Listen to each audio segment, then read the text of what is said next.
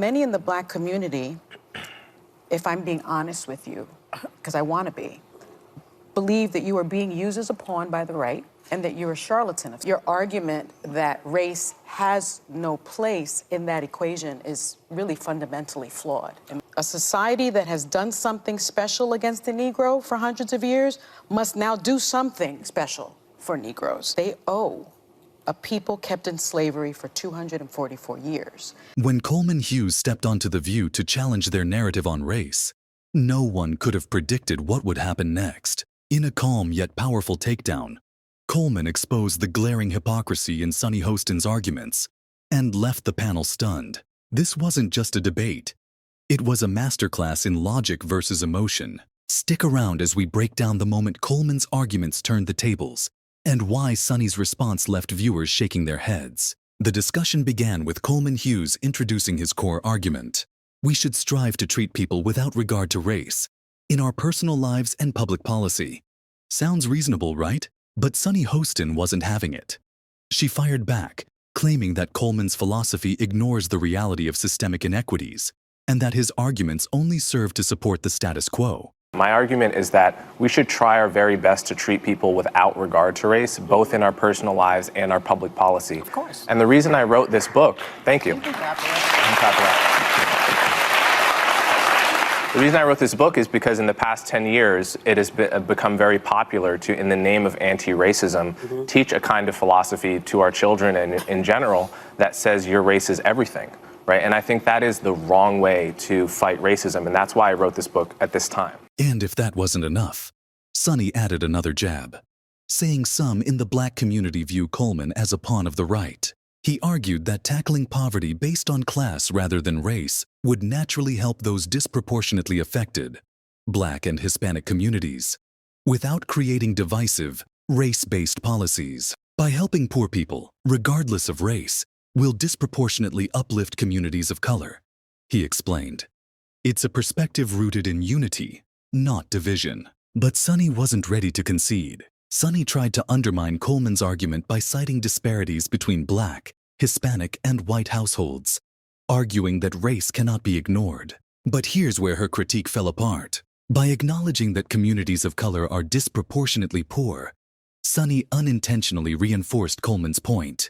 Helping poor people inherently helps marginalized communities. Despite this, Sunny doubled down, calling Coleman's approach fundamentally flawed. When you say that socioeconomics picks out people in a better way than race, when you do look at the socioeconomics, you see the huge disparity between white households and Black households. You see the huge disparity between white households and Hispanic households.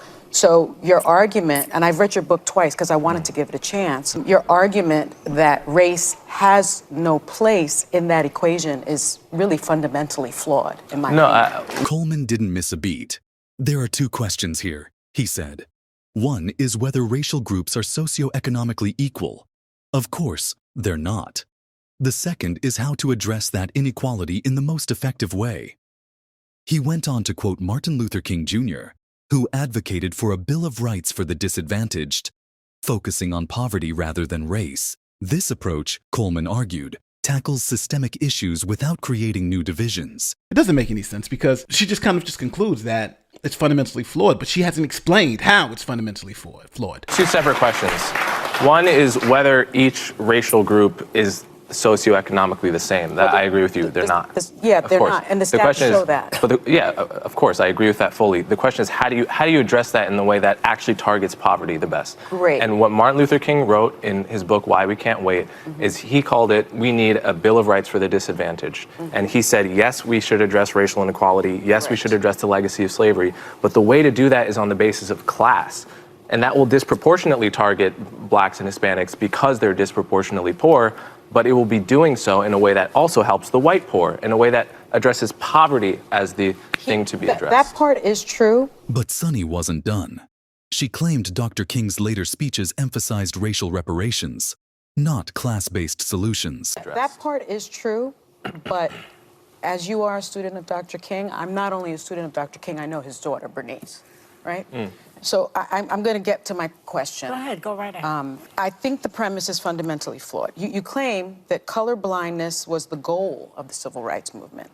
Based upon Dr. King's I Have a Dream speech, Dr. King also said this: a society that has done something special against the Negro for hundreds of years must now do something special for Negroes. He also said in 1968, it was about less than a week before he was assassinated, this country never stops to realize that they owe a people kept in slavery for 244 years. Unfortunately for Sunny, this argument didn't hold up. Even the progressive Young Turk stepped in to correct her, pointing out that Dr. King's advocacy for policies like universal basic income was rooted in class, not race. The irony: Sunny's attempt to discredit Coleman only highlighted the weakness in her own position. He's not a Republican. So how do you... He's who am I never being voted for a accused of? Republican. You've said that you're a conservative. No, no. No, you did. You actually said that in the podcast that you did 2 weeks ago. I said I was a conservative. Yes, He's not. yes, you did. I don't think I've been co-opted by anyone. I've only voted twice, both for Democrats. Although I'm an independent, I would vote for a Republican if they were compelling. I don't think there's any evidence I've been co-opted by anyone, and I think that that's an ad hominem tactic people use to not address really the important conversations we're having here. This wasn't just a clash of ideas. It was a spotlight on the growing divide between unity-based solutions and identity politics. I think it's better, and it would be better for everyone if we stuck to the topics rather than make it about me with it's no not about you, evidence but that I've been co-opted. I want to give you the opportunity to respond to I appreciate the criticism. I appreciate it. There's no evidence that I've been co-opted by anyone. I have an independent podcast. I work for CNN as an analyst. I write for the Free Press. I'm independent in all of these endeavors, and no one is paying me to say what I'm saying. Coleman's argument emphasized helping all disadvantaged people, while Sunny's approach focused on race, inadvertently creating the divisions she claimed to oppose. And here's the kicker: Coleman isn't even a conservative. His perspectives resonate across ideological lines, proving that common-sense solutions don't have to be partisan. So, what do you think? Did Coleman Hughes expose the flaws in Sunny Hostin's arguments? Or was this just another heated debate on The View? Let us know your thoughts in the comments below. We want to hear from you.